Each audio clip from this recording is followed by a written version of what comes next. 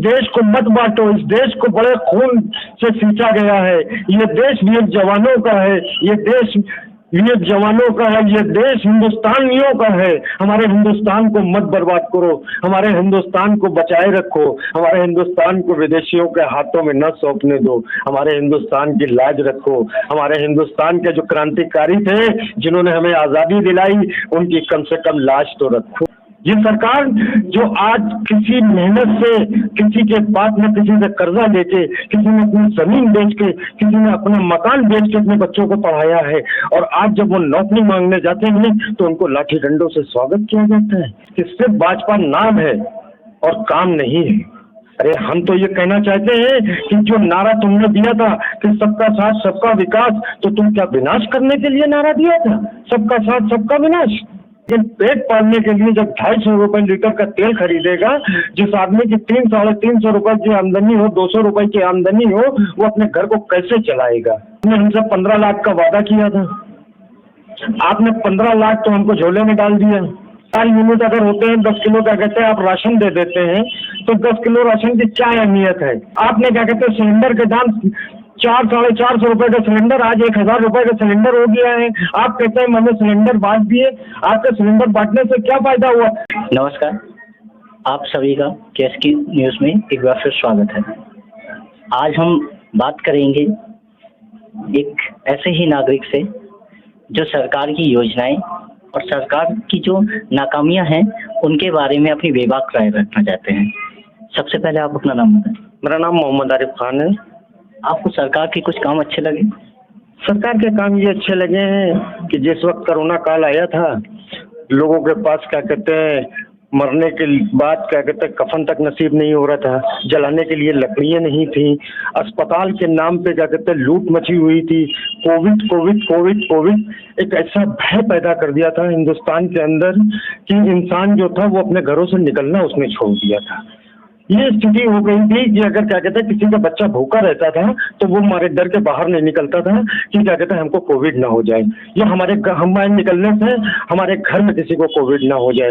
ऐसी सरकार से हम क्या फायदा उठाएंगे? ऐसी सरकार के लिए हम क्या सोचेंगे जो सरकार हमारे देश के नौजवान जिनके हाथों में देश का भविष्य होता है, उस भविष्य को मिटा रही है। ये सरकार जो आज किसी मेहनत से, किसी के पास में किसी से कर्जा लेके, किसी ने अपनी जमीन बेच के, किसी ने अपना मकान बेच के अपने बच्चों को पढ़ाया है, और आज जब वो नौकरी मांगने जाते हैं तो उनको लाठी डंडों से स्वागत किया जाता है। ये सरकार होगी हमारे प्रदेश के अंदर? आज सिर्फ ये आलम है कि सिर्फ भाजपा नाम है और काम नहीं है।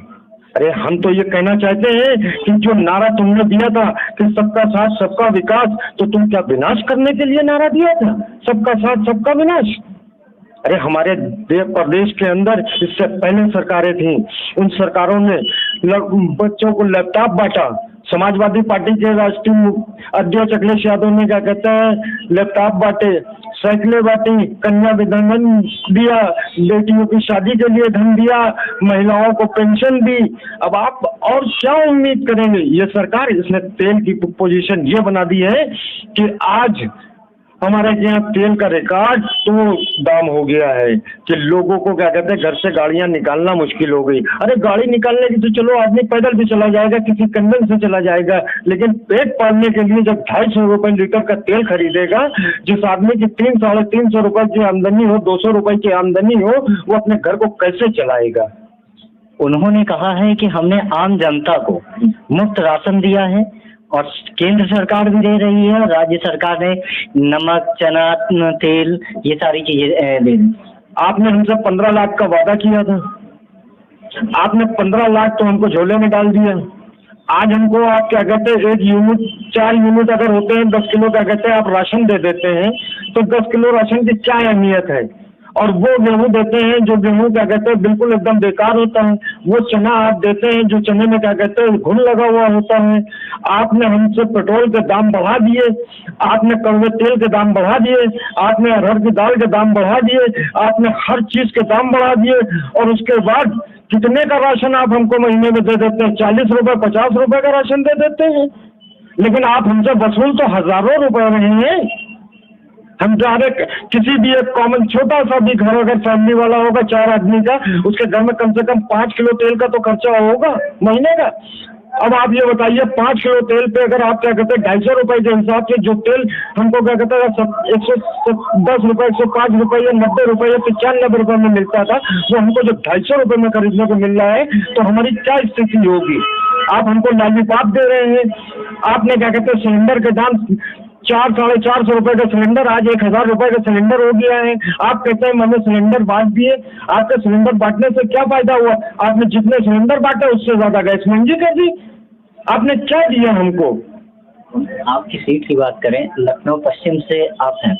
लखनऊ पश्चिम में पिछली बार भाजपा के कैंडिडेट यहाँ से जीते थे, सपा के क्यों नहीं जीते।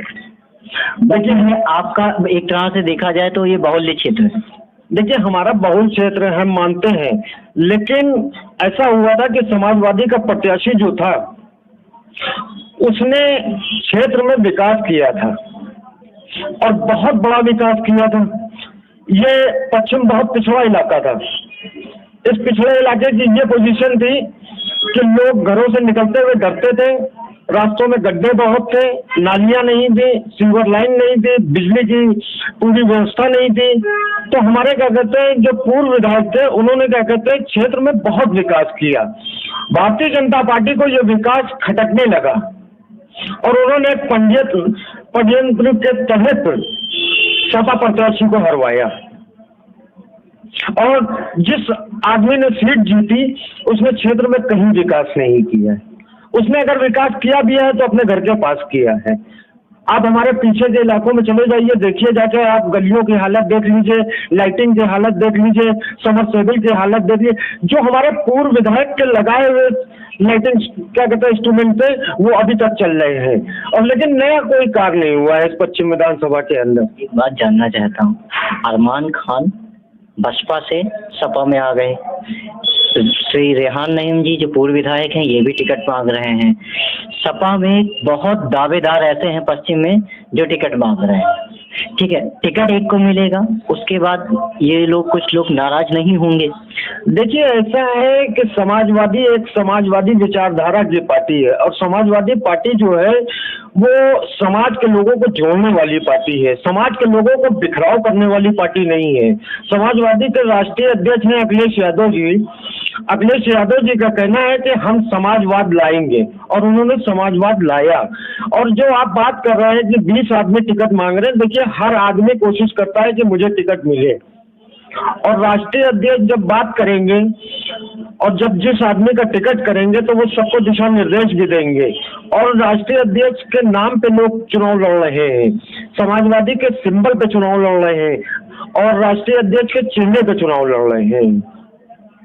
हैदराबाद से ओवैसी जी आए हैं, उनका कुछ असर रहेगा युवाओं पे, मुस्लिम युवाओं पे। देखिए ओवैसी जी जो अपने तेलंगाना के अंदर 6 सीटों से आगे नहीं बढ़ पाए, जब अपने देश में नहीं बढ़ पाए तो वो यहाँ क्या कर लेंगे। और कुछ लोग ऐसे होते हैं कि जो अपने अपने को काटते हैं और उनको जो वो भाषण देते हैं कि हमारे साथ आइए तो हम क्या कहते हैं आपको मुख्यमंत्री बनाएंगे। आप हमें ये बता दीजिए क्यों आप तेलंगाना में क्यों नहीं मुख्यमंत्री बना पाए। क्या उत्तर प्रदेश में आप मुख्यमंत्री बना लेंगे, तेलंगाना में नहीं बना पाए, यहाँ बना लेंगे। अरे आप हम लोगों को मत बर्बाद कीजिए, आप हम लोगों को जहाँ पे हम लोग हैं वहीं रहने दीजिए। हम स्वतंत्र देश के रहने वाले हैं, हम मिलजुल के रहने वाले हैं, हमको बांटने की कोशिश मत कीजिए। जो काम बीजेपी कर रही वही काम ओवैसी कर रहे हैं। भाई आपको इस चीज से, आप पत्रकार हैं, आप 10 जगह जाते हैं, आपको इस चीज की तो मालूमात होगी। हमें मालूम है लेकिन हम आम जनता की राय जानना चाहते हैं। जनता की तो राय ये है कि देखो इस देश को मत बांटो, इस देश को बड़े खून से सींचा गया है, ये देश वीर जवानों का है, ये देश ये जवानों का है, ये देश हिंदुस्तानियों का है। हमारे हिंदुस्तान को मत बर्बाद करो, हमारे हिंदुस्तान को बचाए रखो, हमारे हिंदुस्तान को विदेशियों के हाथों में न सौंपने दो, हमारे हिंदुस्तान की लाज रखो। हमारे हिंदुस्तान के जो क्रांतिकारी थे, जिन्होंने हमें आज़ादी दिलाई, उनकी कम से कम लाज तो रखो। पश्चिम में अभी जो चल रहा है, धार्मिक पोलराइजेशन होने की कोशिश हो रही है, ऐसे सपा कैसे बचेगी? हमारे साथ कोई दिक्कत नहीं है। देखिए, सारे हथकंडे चाहे जितने लोग इस्तेमाल कर लें, जिस आदमी ने अपने दिमाग में बैठा लिया है कि हमें किसकी सरकार बनाना है, उसको कोई गुमराह नहीं कर पाएगा, उसको कोई बदल नहीं पाएगा। उसकी क्या कहते हैं, आप ये देख लीजिएगा 10 मार्च को उत्तर प्रदेश के अंदर एक नया जोश, नई उमंग और नई प्रदेश की सरकार होगी। परिवर्तन होगा। परिवर्तन तो अभी से चल रहा है। अब आप देख रहे हैं कि आज हमारे इतने बड़े बड़े भारतीय जनता पार्टी के गृह मंत्री और कैबिनेट मंत्री पश्चिम के अंदर घर घर वोट मांग रहे हैं। अगर आपने विकास किया होता तो आपको वोट मांगने की जरूरत नहीं पड़ती, आपको विकास के नाम पे वोट मिलता, आपको विकास के नाम पे समर्थन मिलता। विकास के नाम पे अखिलेश ने बहुत काम किए, लेकिन उन्हें क्यों नहीं मिला? देखिए, अखिलेश जी को एक षड्यंत्र के तहत हरवाया गया। हाँ, संयंत्र था, बहुत बड़ा संयंत्र था, उसके पीछे बहुत बड़ा गेम था कि अगर अखिलेश दोबारा मुख्यमंत्री बन जाएंगे तो उत्तर प्रदेश में किसी पार्टी की दाल नहीं गलेगी, क्योंकि अखिलेश ने उत्तर प्रदेश को उत्तम प्रदेश बनाया था। उत्तम प्रदेश, किसी को तकलीफ नहीं थी। और आप एक हमेशा याद रखिएगा, एक जमाने से चली आ रही है कि जब कोई आदमी अच्छा काम करता है तो उसके दुश्मन 10 हो जाते हैं। और अखिलेश ने बहुत काम किए थे, बहुत काम किए थे, उन्होंने अपने पापा से ज्यादा काम किए थे। और जो आप अब एक बात सबसे बड़ी चीज ये है कि अखिलेश यादव एक क्वालिफाइड आदमी है और युवा सोच को रखने वाले हैं। युवा सोच को उन्होंने युवा सोच में बदला। आज वो युवाओं की क्यों बात करते हैं? क्योंकि उनको मालूम है कि युवाओं से उत्तर प्रदेश का भविष्य है, इसलिए वो युवाओं के साथ कंधे से कंधा मिलाकर चलते हैं। और मेरी तो क्षेत्र की जनता से पर्सनली गुजारिश है कि इस बार फिर समाजवादी को वोट दें और समाजवादी के विधायक को जिताएं और अपने क्षेत्र में विकास कराएं। हम ये जानना चाहेंगे कि जो मायावती और प्रियंका गांधी जो मेहनत कर रही हैं, इनका कुछ असर हुआ? देखिए, कांग्रेस ने बहुत दिन हुकूमत कर ली और ऐसा है कि आप कांग्रेस की बात करें या अदर पार्टी की बात करें, बहुजन समाज पार्टी की जो बात आपने की कि मेहनत कर रही है, बहुजन समाज पार्टी ने हमारे लिए क्या किया? उत्तर प्रदेश के अंदर सिर्फ पत्थर लगवाए, सब पार्कें बनवा दी। अरे इन्हीं पैसों को अगर पार्कों और पत्थरों पर न खर्च करके अगर कोई क्या कहता है अस्पताल बना दिए होते, लोगों के क्या कहते हैं किसी कारखाने में लगा दिए होते कि लोगों को काम मिल जाता। अखिलेश यादव ने अगर देखा कि उत्तर प्रदेश के अंदर युवा बेरोजगार है तो उसको बेरोजगारी भत्ता देना शुरू कर दिया था कि अगर हम नहीं समा पा रहे तो कम से कम उसको बेरोजगारी भत्ता दिए दे रहे हैं। तो मायावती अपना स्टैंड बनाती हैं और प्रियंका गांधी आज तक क्यों नहीं आई थी उत्तर प्रदेश के अंदर उतर के? अब उनको ऐसी क्या जरूरत पड़ गई कि वो उत्तर प्रदेश के अंदर चुनाव प्रचार कर रही है और चुनाव कांग्रेस को मजबूत कर रही है? कांग्रेस ने क्यों गलतियां की जो आज कांग्रेस पीछे हो गई? ऐसा तो नहीं कि इन लोगों से आने से वोट कटेगा और वोट बटेगा और भाजपा की रास्ता आसान होगी। देखिए, ऐसा है कि ये आप लोग पत्रकार हैं और आप क्षेत्र में घूम रहे हैं और आपको मालूम होगा कि क्या कहते हैं कि किसका जनाधार बढ़ रहा है, ये तो आपको भी मालूम होगा और आपने महसूस भी किया होगा। तो जिस आदमी की मेहनत उत्तर प्रदेश के अंदर है, जनाधार तो उसी का बढ़ेगा। इसके अलावा आप कोई मुद्दा रखना चाहेंगे? हमारा तो मुद्दा बस यही है कि हमारे पश्चिम की जनता और उत्तर प्रदेश की जनता एक ऐसी सरकार बनाए जो हमको बहुमुख समाज दे और गरीबों को रोजी दे और हमारे बिजली के बिलों को कम कराए, हमें राशन मुहैया कराए और महंगाई पे रोक लगाए। आपका धन्यवाद, आपने अपनी बेबाक राय रखी। आपने जो बातें रखी हैं कहीं ना कहीं कुछ मुद्दे आपके बहुत अच्छे हैं जो आम जनता के फायदे के लिए हैं। धन्यवाद।